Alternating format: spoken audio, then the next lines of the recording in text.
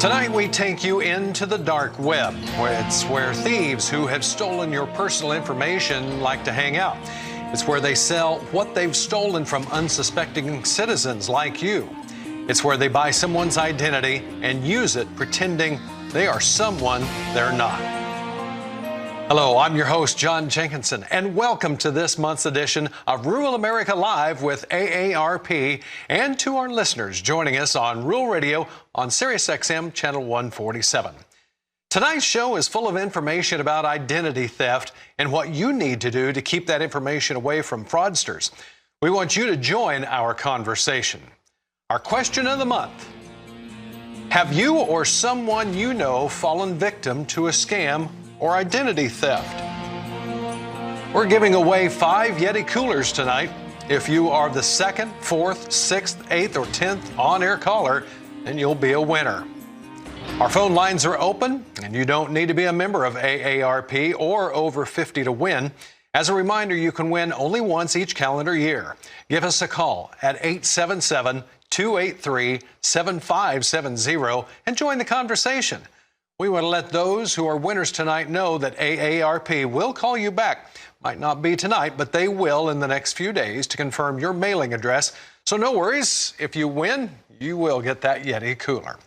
Well, joining us tonight on the program, we have Vermont AARP Director Greg Marshallton, live in Burlington, and former dark web con artist and cybersecurity expert Brett Johnson. He joins us from Birmingham, Alabama. Welcome to you both.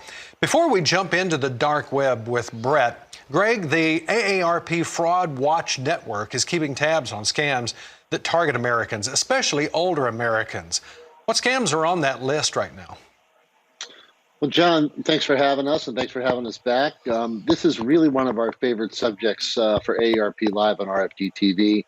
Done a lot of shows on fraud, and one of the reasons why we like it so much is because it's a show that we can give really practical information out to your audience so that they can protect themselves. And there are some serious scams going on right now, like there always are. The top 5 scams at the moment, the Amazon imposter scam is a big one. Some of that is due to the pandemic that we're all experiencing right now because many people are ordering packages online. But here's one where a voice on the phone or an email will say that your credit card has been changed or to be charged for a large amount of money. And then they'll give you the number for some purported Amazon support people and to immediately call and to prove that you didn't make the purchase. This one we're seeing a lot of. The Social Security imposter scam. We've talked about this a lot on this program. Don't ever, ever, under any circumstances, give out your Social Security number. There's a new Medicare card scam going on now. Somebody calls and says, I need your Medicare number. They claim that they're getting plastic cards with chips. None of that is true. And then government grants. These are usually offered through social media, through a Twitter or a Facebook or an Instagram account. And then finally, tech support. Another one we've talked a lot about on this program, but this one is very prevalent because so many people right now are at homes using their computers and using their laptops much more so than they have in the past. Well, Greg, talk a little bit about the Fraud Watch Network. There is a helpline to address some of these issues and others, isn't there? Yeah, AARP's Fraud Watch Network, which you can go to at Fraud Watch Network, AARP.org/Fraud Watch Network, and also at 877-283-3360, the AARP Fraud Watch Network helpline, which is staffed by highly trained volunteers in 2 large call centers across the country. And you can call and ask them any questions. They'll send you information. They'll talk to you things on the phone. So if you think something has happened to you or a loved one or someone in your neighborhood or a friend of yours, call this number that's on your screen right now. And these highly trained individuals will help you understand what your next move should be. Good advice.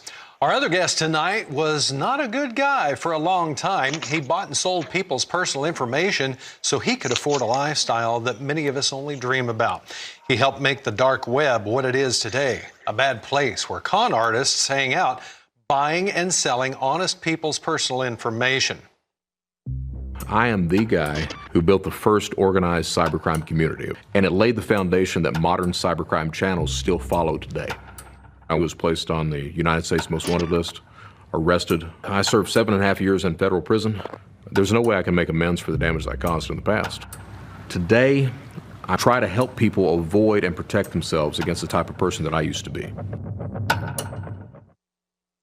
Wow. Brett, welcome to the show. Good to have you here with us tonight. John, it's a pleasure being here. Thank you for having me. I wish I could be there in Nashville with you guys. Nashville's a great city, but hey, we'll do the best we can tonight. Thank you. Absolutely. We certainly will. Well, we'll get to that someday. First of all, Brett, how did you get the name the Godfather of the Dark Web? That, my friend, that's a story right there. So I was convicted of 39 felonies. I was placed on the United States Most Wanted list. I had an escape from prison. But the reason I got the name of the original Internet Godfather is I built the first organized cybercrime community. It was called Shadow Crew. It was a precursor to today's darknet and darknet markets. It laid the foundation for the way modern cybercrime channels still operate today. Those 39 felonies that I was convicted of, they had to do with refining modern financial cybercrime as we know it, from identity theft, phishing, account takeovers, tax return identity theft, any type of financial cybercrime you can imagine. I am that guy. And of course, I went to prison, deservedly so. I was fortunate enough that I had enough people that cared about me and gave me the opportunity to turn my life around. So today I work to protect people against the type of person that I used to be. Wow. Well, congratulations on reversing that direction. What made you go straight? What made me go straight? Well, the first thing was my sister. My sister had disowned me. I went to prison. She came back into my life after a couple of years, and she told me she loved me. That was the first turnaround there. Then when I was released from prison, I met my wife now, Michelle. She showed me what true love was actually about, what it meant because I had lived my life basically buying love. It was never enough for me to show love in a healthy way. I was always about giving expensive gifts or going overboard all the time. That was the second thing. And then finally, it was the FBI. I reached out, and the FBI, they took me under their wing, gave me an opportunity, gave me the chance to basically use the information that I have that I've acquired from a lifetime of crime to help protect businesses and consumers. And that's what I do today. And that's why we have you here on the show tonight with AARP. So once again, we want to say thank you for making time for us. So why should people want to know how to avoid scams on the dark web? What you have to understand, there are three parts of the internet. There's the surface web and the deep web, and then the dark web itself. So if you think of the surface web is everything that Google can find, all right? That's about 4% of the internet. The other 96% is the deep web, and then in the deep web, you've got the dark web, which no one really knows how big it is. So criminals tend to operate on the dark web, but they come back to the surface web to commit the crime. So they'll buy your information on the dark web, but they'll come back on the surface web to use your information, to use your stolen credit card information, or to try to take over your bank account or something like that. It's important to know how criminals operate and what it takes to protect yourself against someone like I used to be, so that you're not victimized. The thing is everyone's information is available today. Everyone's. We need to get past the idea that there's something that we can do to protect that. We need to realize that your information can be acquired by a criminal. Once we realize that, what do we need to do to make sure that if a criminal has it, that he or she can't use it to victimize you? Wow, that is amazing. Well, we're going to take a short break, but the phone lines are open. Brett is here to answer your questions. Has someone you known been a victim of identity theft? Well, give us a call. The phone number is 877-283-7570. And join our conversation. More Rural America Live with AARP when we come back. Professional scammers are very good at what they do and pride themselves on knowing exactly how and when to strike. Here are 5 psychological tricks scammers use to gain your trust. Scammers like to use a friendly voice on the phone or leave a nice message on social media. They make up advice from so-called experts and create fake organizations that sound impressive. They tap into your willingness to help others by developing schemes involving fake charities or pretend to be a grandchild away from home in need of cash. Scammers like to use your intelligence against you. They'll compliment you on how smart you are and your ability to spot a good opportunity for investment. They will pressure you to make a quick decision and act now because they know that when you are feeling fearful or stressed, you're more likely to be impulsive. If you can spot a scam, you can stop a scam. For more tips, go to aarp.org/FraudWatchNetwork. Welcome back to Rural America Live. It's all about fraud tonight with our friends from AARP. AARP State Director for Vermont, Greg Marshallton, is live in Burlington, and our special guest, former dark web con artist turned good guy, Brett Johnson, is live in Birmingham, Alabama. We want you to join the conversation. 5 lucky callers will win a Yeti cooler. If you are caller 2, 4, 6, 8, or 10, you'll be a winner. Give us a call. The phone number is easy. It's 877-283-7570. Dial it now and join the conversation. The phone lines are open right now. Brett, you have an example of what you call a phishing email. I have seen that a lot. What is that, and is there an effective way for a scammer to get information through that? Well, a phishing email is a type of social engineering attack. So it's basically a criminal, like I used to be, using technology and psychology to trick you into giving up one of 4 things: information, access, data, or cash. So phishing is really the most popular form of attack that a criminal will use online. Phishing is that email that you send out that looks like it comes from Bank of America or Netflix or something like that, and it doesn't. So phishing accounts for, here's the statistic that should scare everyone. Phishing accounts for 92% of every single attack. 92% of every single attack begins with a phishing attack. Now, I've got on screen here, we're going to have a couple of emails pop up. The first email is the real email, gollum@anglerfish.com. The second email is the fake one. Take a second, look at it, see if you can tell the difference between the 2 emails. I'm guessing you probably can. If you're not, take a look at the I. One of the emails doesn't have a dot above the I. That I isn't really an I. Well, it's an English. It's not an English alphabet I. It's a Russian alphabet letter. But that is one of the techniques that criminals use to send out phishing emails. That is fascinating. Is there a pickup, or did we see a pickup when this coronavirus hit in these phishing emails just because of what we just saw here about that level of fear being a psychological motivator? Absolutely, you did. So 2020 is basically the year for fraudsters. There's never been a year like 2020. You've got COVID, you've got the election, you've got everything going crazy this year. Criminals right now are able. What's interesting is that criminals typically, historically, criminals have had some sort of desperation going on, because when you look at committing crime, a criminal has to gather data. He has to commit the crime, but then he has to put the cash in his pocket. And every one of those 3 areas has some form of desperation for a criminal. He's anxious to use the data. He's anxious to commit the crime. He's in a hurry to get the cash in his pocket. This year is not like that. This year, criminals are calm, cool, collected, and calculating.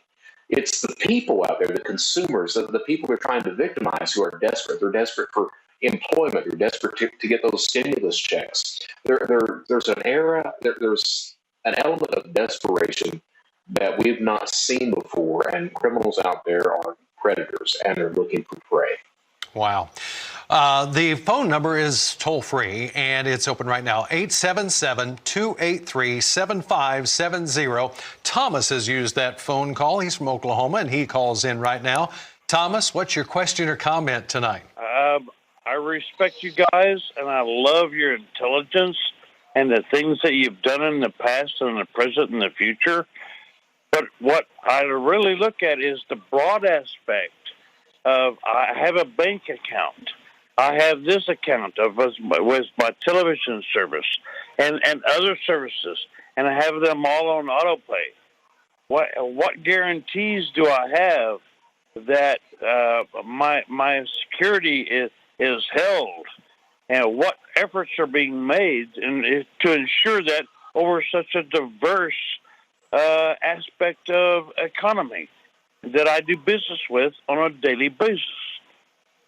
Brett, that's a great question. Where do we go from here? Thomas, first of all, thank you for the question. That really is the question of the night, because what it boils down to trust. How do we trust the websites we go to? How are we sure that the websites that we're going to are secure, that are protecting our data? Ronald Reagan said it best: we need to trust but verify. So it's most companies. You take the banks that are out there. I don't care if the bank is Bank of America, Wells, Chase, Citigroup, or credit union. Most banks out there, they have your best interest at heart. They know that if they mess with your money, if they lose it, that they're on the line somewhere on that. So they really have your best interest at heart. But it's up to us to take our own security at hand. We have to be proactive in our own lives, in our own security. We can buy monitoring services. We can pay those subscriptions for that. But we still need to be aware of our own accounts. So it's important to us. You talked about having your accounts on auto pay. It's very easy for criminals sometimes to get access to your bank account, to trick the bank into thinking that he or she is you, and then to set up an auto pay where it's debited out to their bank account or to a fake company they've set up or something like that. So what's very important is that when you're online, when you have an online account, that you make sure that you monitor it all the time, that you make sure that you've got these alerts placed that if something changes on the account, if the criminal comes in and changes the phone number or the address or sets up a new account to be debited or something like that, that you're sent an alert saying, hey, someone's trying to mess with your account. And then at that point, you can log in or you can contact the bank and say, hey, I didn't do this. It boils down to trusting. I believe in trusting. I really do. But I also believe in verifying. That's the problem. That's typically what happens when someone is scammed. They trust, but they don't verify enough to be able to determine that it's a scam. So always try to verify. Okay?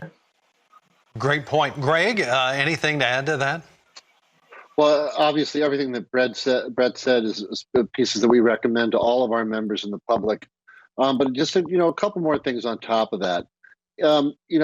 Brett talks about being having to be vigilant and doing your own work here, and it's a sorry state of affairs that we have to inform people that they need to do that. Again, to check your bank accounts, to check your credit, and doing that sort of on a monthly or a bi-monthly basis, putting a credit freeze on your account so that if somebody gets some of your personal information, that they can't open up a mortgage or buy a car or start a credit card in your name. Identity theft is a very, very deep rabbit hole that is easy to fall into and very hard to get out of. So Brett's point about being vigilant and checking your online accounts and checking your credit is extremely important. And if you do those things, I think Brett would agree, you're gonna keep yourself much safer than if you avoid looking at that stuff on a regular basis. 877-283-7570 is the phone number. Let's go to the phones again here, and Karen's calling in from New York. First of all, Karen, congratulations. You are the winner of a Yeti cooler. What's your question here for Greg? Well, it's really not a question. It's just something that happened the other day. We had a guy call us claiming to be from Dish Network, saying, oh, your equipment needs upgraded, and turn off your TV for 30 seconds and turn it back on. And then he started saying, well, it shows that you've made good payments and you're in good standing, and we're going to give you a $30 discount every month. How much do you pay for your dish? And I'm thinking, you should know that if you're from Dish, And so I just said how much, and that's all I said. And then they said for 2 years I would get that deal for $30 less. And then they said, okay, your equipment's been upgraded. And I'm thinking, this is just not sounding right. And before it was over with, he started to ask questions about, you can, he was going to ask for the credit card number to put a fee on. And we're going, wait a minute, what is this about a fee? We're not paying any fees. Well, by the end, he got upset and said, we're going to charge you $700 to cancel your dish, your service, if you don't pay this. So me and my husband just went, this is bad. So anyway, the rest of the story, we hung up, called Dish, and said, hey, there's somebody out there. And I gave him the phone number that's calling in, calling home saying that they're from Dish, and they are not. So my thing was just to put this out there to all of the TV subscribers to Dish, to DirecTV, any of them, that somebody's doing this. Karen, first of all, thank you very much for the call and congratulations on being a winner of a Yeti cooler. Brett, that brings up a great point because in some of my emails, I see the phishing scams and things like that. It seems like a lot of these scammers really use brand names, make it sound like they really are from the company. Is that a common practice? It's extremely common. And Karen, I want to thank you so much for doing the right thing. You realized that something was wrong. It sounded wrong to you, and you followed through. You didn't give up the credit card information. That is great. That is outstanding. You are amazing. Keep up that great work. Now, that being said, what you need to understand is that criminals, they love to use brand names because we identify with that. We like, I've got that service, okay? But the problem is that people tend to respond to authority. All right, so a scammer like I used to do, I call and I immediately want to put forth the idea that I am the power that be. I want to be the predator, and I want to make sure that the person that I'm talking to is the prey. So I start coming up with a problem or an offer. The offer being, $30, we're going to upgrade your service. I just need your credit card information. Well, you started to balk at that, so all of a sudden it turns into from an offer to a threat. Okay, so if I can't help you, I'll hurt you. All right, that's what we tend to respond to as humans is offers, authorities, things like that. We need to get to the point. Again, it's trust but verify. The number's coming through. It says it's Dish Network on the caller ID. Hang up, call Dish Network back. Not the number that's on the caller ID. Instead, look up the number on Google. Look up the number on your bill. And call that number. Hey, are you guys trying to call me? And the answer is going to be no, because you've initially trusted, but you've attempted to verify, and the verification has failed at that point. So always follow up. Never respond to any call that's looking for information, access, data, or cash. Ever. Always hang up the phone, call them back. Wow, that's great advice. Greg, anything to add to that? Well, John really covered it, but a couple things that was impressive about this call. It was a text scam, so we talked about at the beginning. That's one of the most common scams we see across the board. We saw what John talked about, which was basically trying to put fear into the person with that. We're going to charge you $700. As John said, people react when they find themselves in the ether or sort of a real heightened sense of something going on. They'll react, and many times they won't react in the correct way. And then finally, using Dish as a brand, that's what we call source credibility. So anytime you can have a victim identify with a brand or a person or a celebrity, that also makes them feel more comfortable with what's being talked about. So this particular person had used a whole bunch of tactics that we try to talk to our members in the public about, things to be aware of. So this was a great call. Thank you so much for calling in tonight. Absolutely. And speaking of call, it's not fraud. Give us a call right now and join this conversation. Let's go to Teresa in Iowa. Teresa, welcome. What's your comment or question tonight? Hi. I have a couple of questions for you. One is, what do you believe, or how do you feel about LifeLock? We have an example that, turn it down. We have the example that we had signed up for a credit card through Home Depot, and just to get the discount. And during Christmas time, after a few months had passed, we received a bill for quite a large sum, and our materials were ready for us somewhere in Illinois. And we said, well, no, we hadn't ordered any. But by the time we got it all stopped, the sheriff's office had come, and evidently the person had rented 3 cars in our name and never turned them back in. The only way we ever got out of this was after about a year's worth of dealing with LifeLock. They helped us get it figured out. So I was wondering what your thought was on LifeLock. Sure. So LifeLock, here's the advice that I'm going to give everyone right now, okay?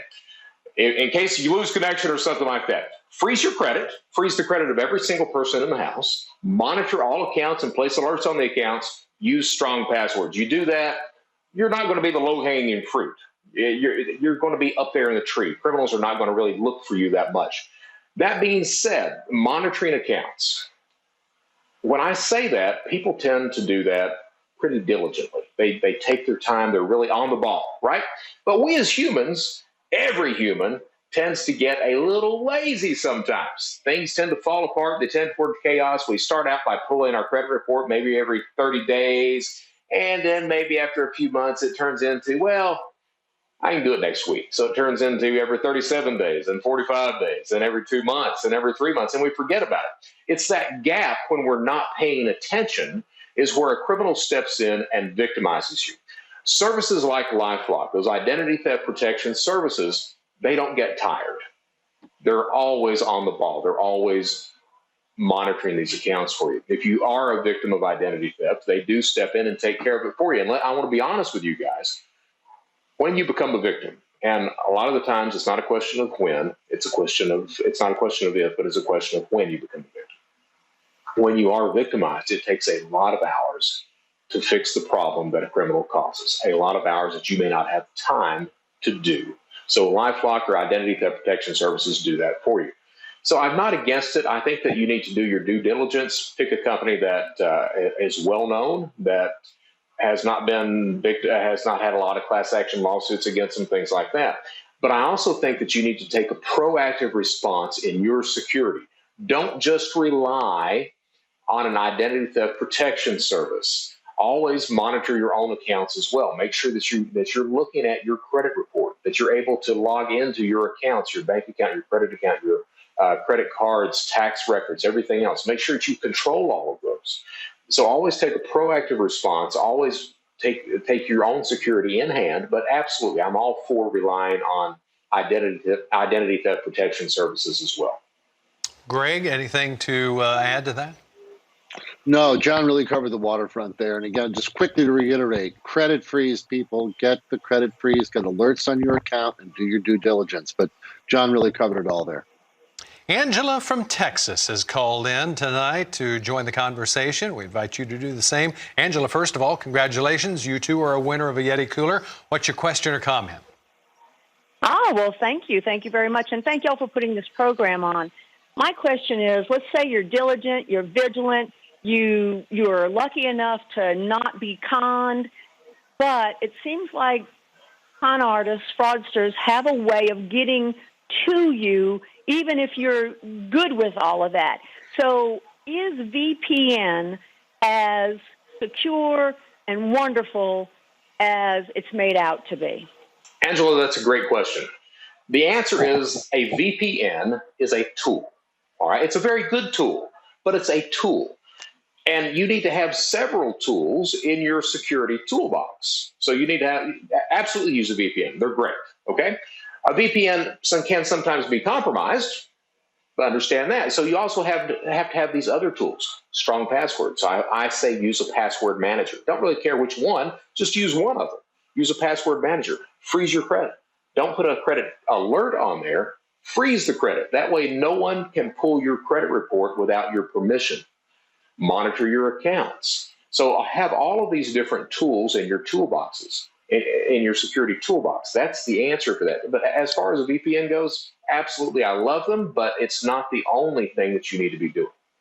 Wow, that is amazing. Greg, anything else? No, I mean, John's absolutely right. It is a tool, and it's an important tool. That does really helpful in protecting someone from getting into to your computer. And particularly if you're traveling, folks aren't doing a whole lot of that these days. But VPNs are, again, like John said, a very important tool. What you shouldn't do is, go to some kind of open source Wi-Fi. If you're sitting in a lounge at an airport, or you're in a bus station, or you're in a mall or someplace, that's when you can really get yourself in trouble, and VPNs can really help.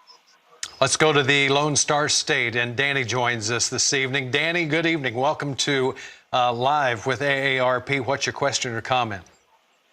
Hey, thanks for taking my call. Yeah, just recently I got an email that appeared to be from Apple, and it was an invoice where supposedly I had ordered an app.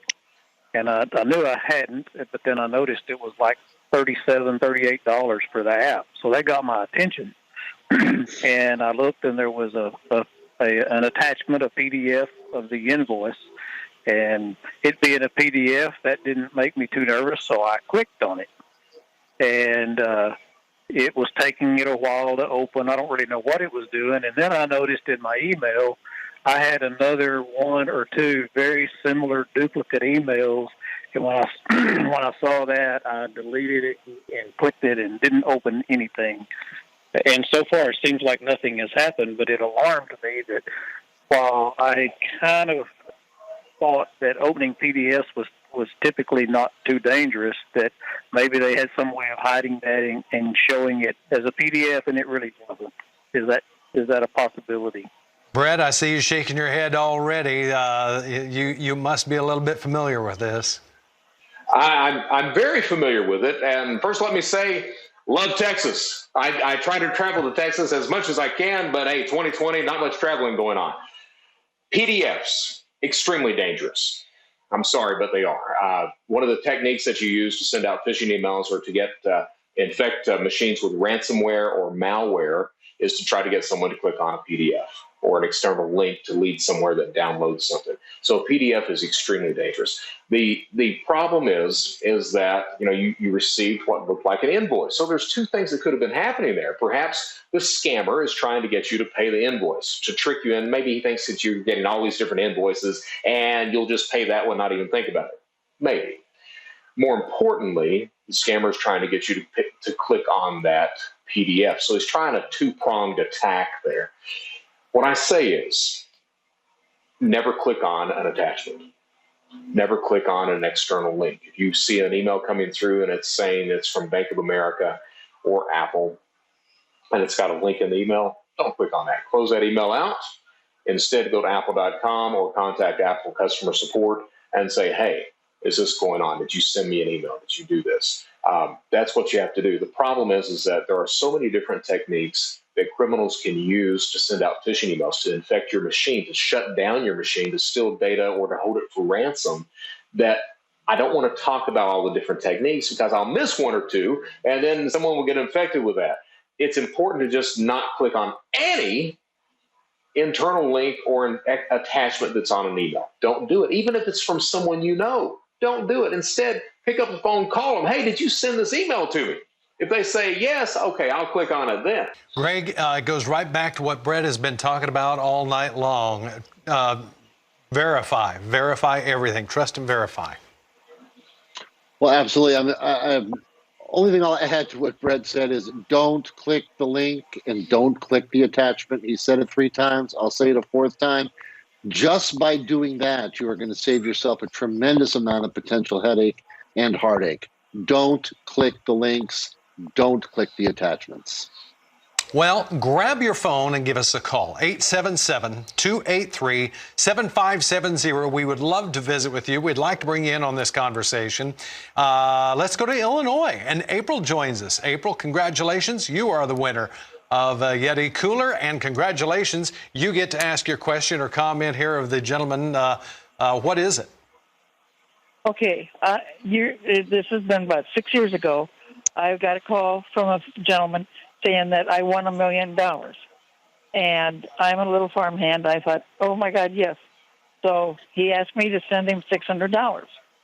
And he wanted me to send it to Jamaica. And I said, no, I can't send it to Jamaica. I got to send it someplace in Illinois. So then they told me to send it to Texas. So I did. And then I called her the next day, and the phone was disconnected. And then they called me back about 2 weeks later and said that I had to send some more money, because I needed to pay taxes to get it from Jamaica into the United States. Well, I called the Better Business Bureau, and they said, no, it's a scam. And so, but they tried calling, they've been trying to call, and I won't answer the phone. I got them blocked now. But the government can't help me because the money's coming from Jamaica. They can't get my money back. So Brett, is this pretty common too? Unfortunately, it is common, and I want to apologize that happened to you. That's what's called an advance fee scam. It's the promise of giving you something, but you have to pay for processing or what have you first. It's extremely common, and I've fallen for that same scam many years ago as well. You will not get your money back. That's the sad truth of the matter. The reason they keep calling you is because you paid them. and they're going to keep calling you, so you just have to keep blocking the number. I apologize if that happened, but again, it boils down to verify everything, and if something is too good to be true, if it seems too good to be true, it is. Again, I'm sorry that happened to you. I truly am. Greg, anything to add? Well, I'll just add a couple quick things. We saw a lot of scamming coming from Jamaica for many, many years. We've actually been able to work with the Jamaican government, and there's been some significant prosecutions, which, as Brett will also tell you, doesn't happen very often with this particular crime. So there's been some good news here over the last, 5-6 years. However, we haven't talked much about phones tonight. So it's also important to remind people these scams, although we're largely seeing them on mobile devices and laptops these days, they will still come to you through your telephone. They can still come right into your mailbox. They can still be hung on your door. These folks are relentless, and they'll use all sorts of ways to get to you in order for you to give up your hard-earned money. So again, being vigilant is really important. And one more thing that Brett said, he said a lot of smart things tonight, but again, a great adage. If it seems too good to be true, it most certainly is. All right, let's go to California, where Josh is standing by with us. Good evening, Josh. Glad to have you here on the program. What's your comment or question tonight? My question is, so many times, so many of us go to the internet and Google something, whether it's our pickup broke down, our ATV, or whatever it may be. And obviously, we're not logging into a site that's going to be an HTTPS for that and logging into our bank and giving our bank account information, but we're just randomly clicking on to links that might give us the information that we have. How safe are we randomly doing that, even if we have, say, antivirus software? Well, Brett, that is a good question. That is an excellent question. The problem, of course, is that you don't know who's running the site that you're logging into. So what I would say, if you're looking for videos or instructions or something like that, go to a site that's trusted. I trust YouTube because Google owns them. There are several repair sites out there that I trust as well. So if you're looking at visiting a site, the best thing you can do is look at reviews of that site. Go a little bit further than that. Look at who's posting your reviews. Is it Trustpilot? Is it something like that? That's trustworthy. So look at that, who's posting the reviews. You may want to look and see how old the domain is. So you can go to GoDaddy or pull a Whois and see how old the website is. If it's something that's only a month old or something like that, that's a problem.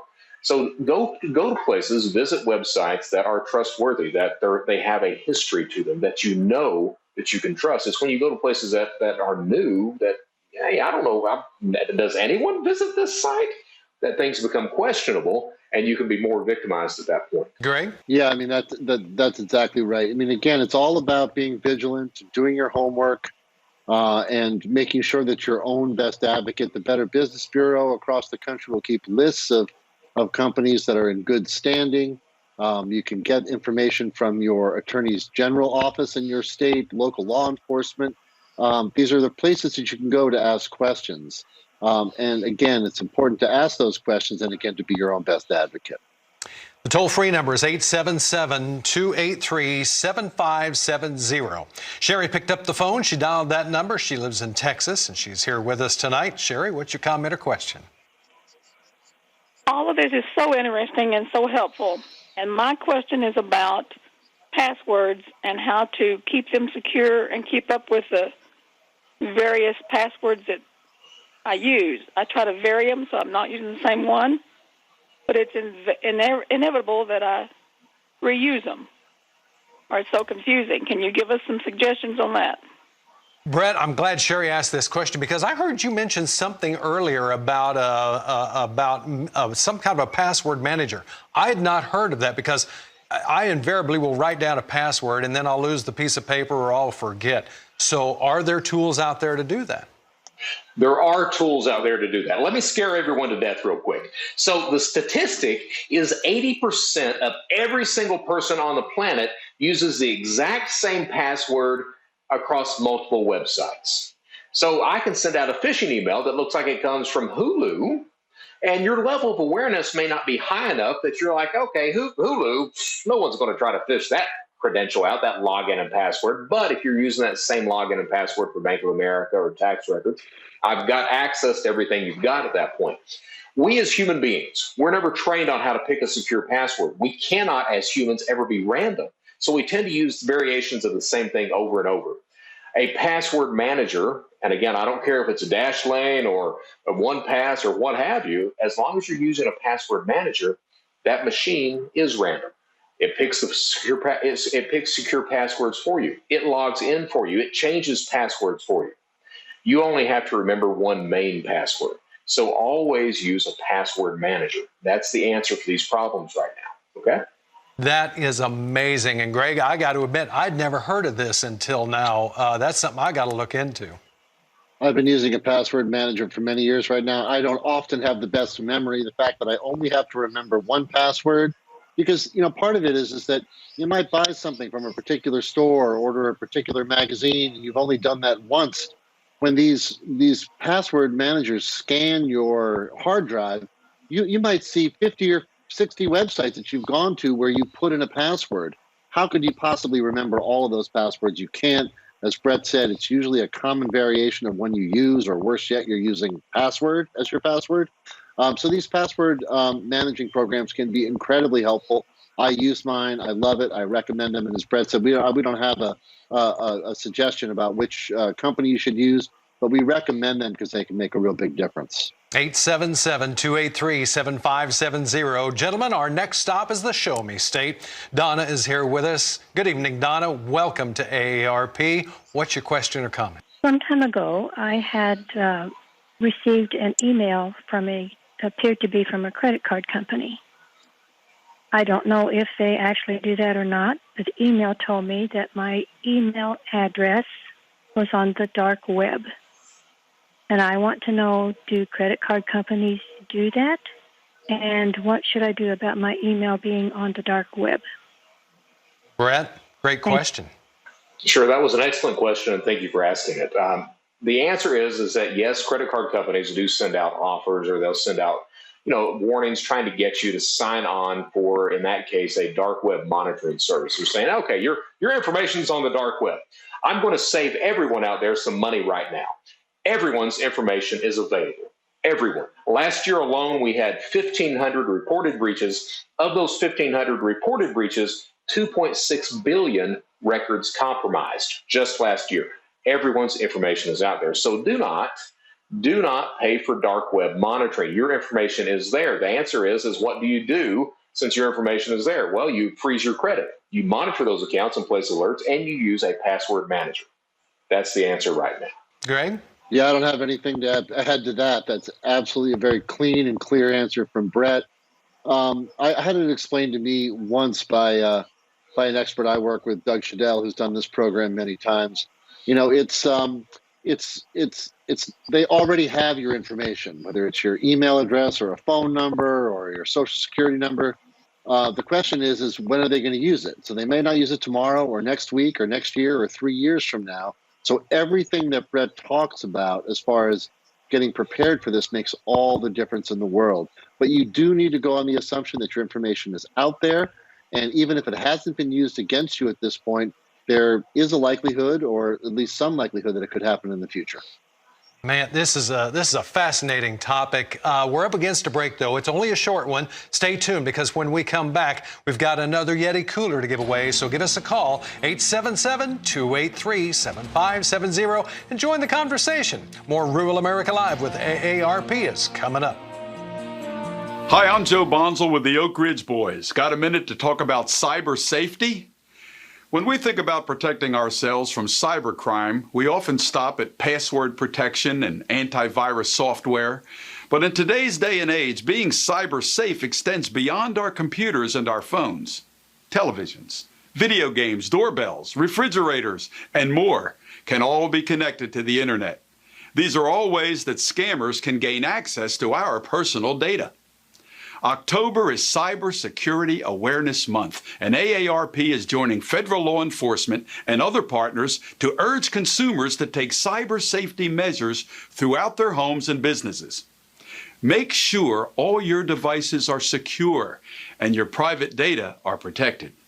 You can find some great tips on securing your devices at staysafeonline.org. Think about it this way. If you can connect it, protect it. Be a fraud fighter. If you can spot a scam, you can stop a scam. Visit the AARP Fraud Watch Network at aarp.org/FraudWatch Network or call the AARP Fraud Watch Network helpline at 1-877-908-3360 to report a scam or get help if you've fallen victim. Thank you.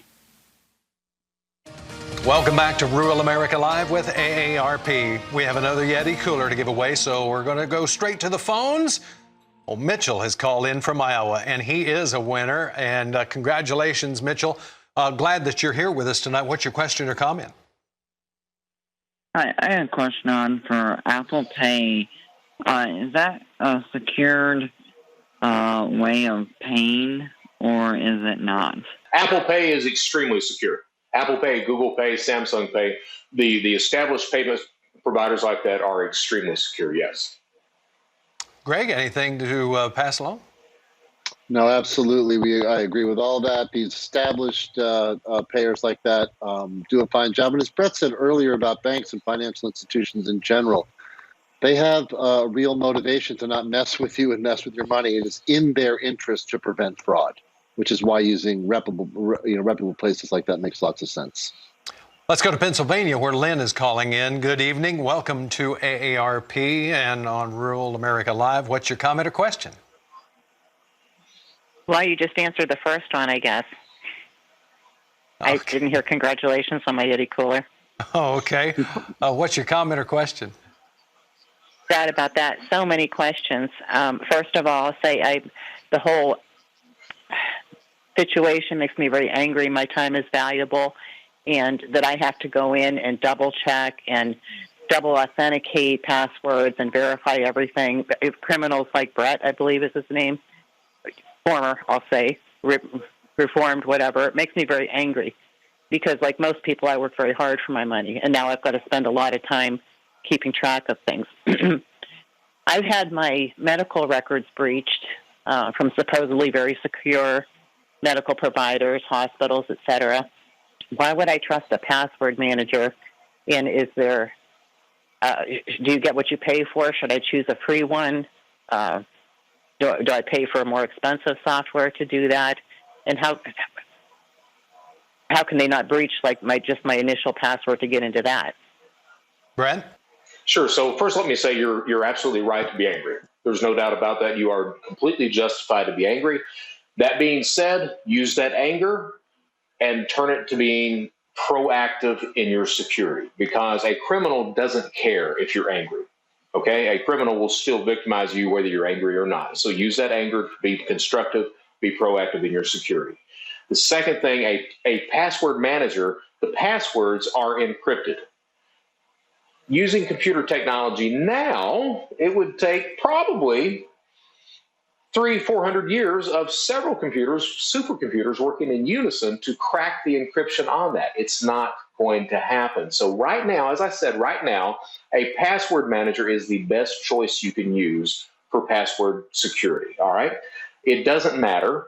It doesn't matter if it's free or not. Those passwords are still encrypted. A criminal is not going to break that encryption. That's a fact, all right? So password manager, try the free version. If you find that you need the extra options that a paid version has, then you can use the paid version, but use a free version first and go from there, okay? Very good. Greg? Nothing to add. Okay, very good. Well, we're coming to the end of the program, and it's time to share some of our final thoughts. Let's start with you, Greg. Any final thoughts here? I'll change the subject really quickly because in case anybody hadn't noticed, it's election season, and AARP wants everyone to be able to vote safely this election season, particularly with the pandemic that's going on right now. So we've created election guides for every single state in the country, and these guides provide resources such as how to register to vote.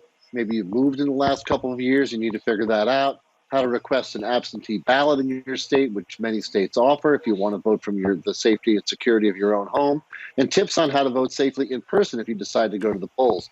You can get all of this information at aarp.org AARP.org/election guides. Again, AARP.org/election guides. And you can learn all about how to vote safely in your home state. And we encourage everybody out there to go vote. All right, very good. Brett, we've got about a minute left here. What is you've had a lot of top tips here tonight, but what are some of your top tips to remember here this evening? All right, so let's throw it out as fast as we can. Verify, verify, verify, period. Freeze your credit, monitor accounts, use a password manager. Also, understand your place in the cybercrime spectrum because you have a place. Who you are will determine, and what you do will determine how a criminal tries to victimize you. For example, if you've worked food service, I will victimize you differently than if you're a CEO or work payroll or if you're retired. So understand how a criminal will try to victimize you and then secure that area of your life.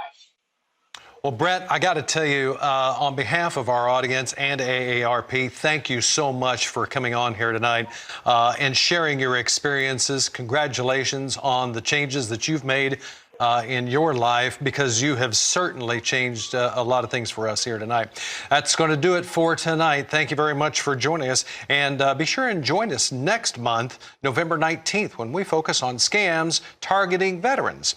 Thank you very much for joining us on Rural America Live tonight. And from all of us here at Rural America Live and AARP, good night from Rural America's most important network.